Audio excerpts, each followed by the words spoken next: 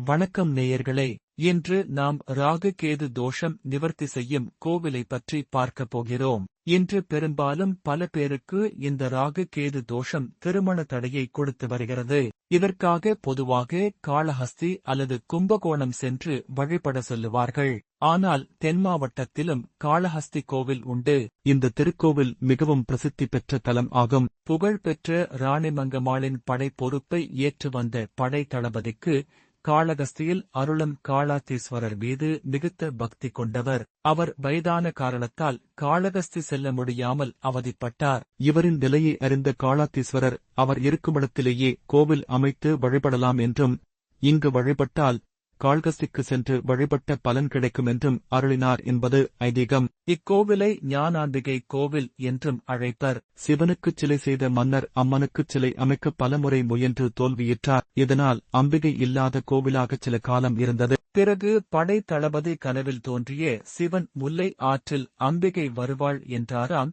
அதன்படி ஆற்றில் ஒரு கூடை மிதந்தது வந்தது. அதனுள் அம்மனின் சிலையைக் கண்ட ஊர் மக்கள் மகிழ்ந்து அம்மனுக்கு ஞானாம்பிகை என்று பெயர் சூட்டினர். அம்மனுக்கு பக்கத்தில் முருகன் காட்சி அளிப்பது இங்கு சிறப்பாகச் சொல்லப்படுகிறது. இங்குள்ள கோவிலில் 8 அம்பிகைகளும் ஒரே கோவிலில் காட்சி அளிப்பது தனிச்சிறப்பாகச் சொல்லப்படுகிறது. பஞ்சபூத தலங்களில் இது வாயு தலமாக திகழ்கிறது. இந்த கோவிலின் மிகப்பெரிய சிறப்பம்சம் ராகு மற்றும் கேது இருவரும் தமது மனைவியருடன் தனி சந்நிதியில் காட்சி தருகின்றனர். பொதுவாக ஜாதகத்தில் ராகு கேது தோஷம் அல்லது ராகு கேது சாதகம் அற்றிருந்தால் இக்கோவிலுக்கு ஞாயிறு அன்று நடைபெறும் சிறப்பு பூஜையில் கலந்து கொண்டு அவர்கள் சொல்லும் வழிமுறையை பின்பற்ற வேண்டும். முக்கியமாக திருமண தடை நீங்குவதற்கு இங்கே செய்யப்படும் பரிகாரம் முக்கியமான ஒன்று. அங்குள்ள முல்லை ஆற்றில் உள்ள விநாயகரை வழிபட வேண்டும். மேலும் சிலர் ராகு கேது தோஷம் நீங்க சிலர் சிலை வைத்தும் வழிபடுவர். எல்லாராலும் கும்பகோணம் அல்லது காளஹஸ்தி கோவில் சென்று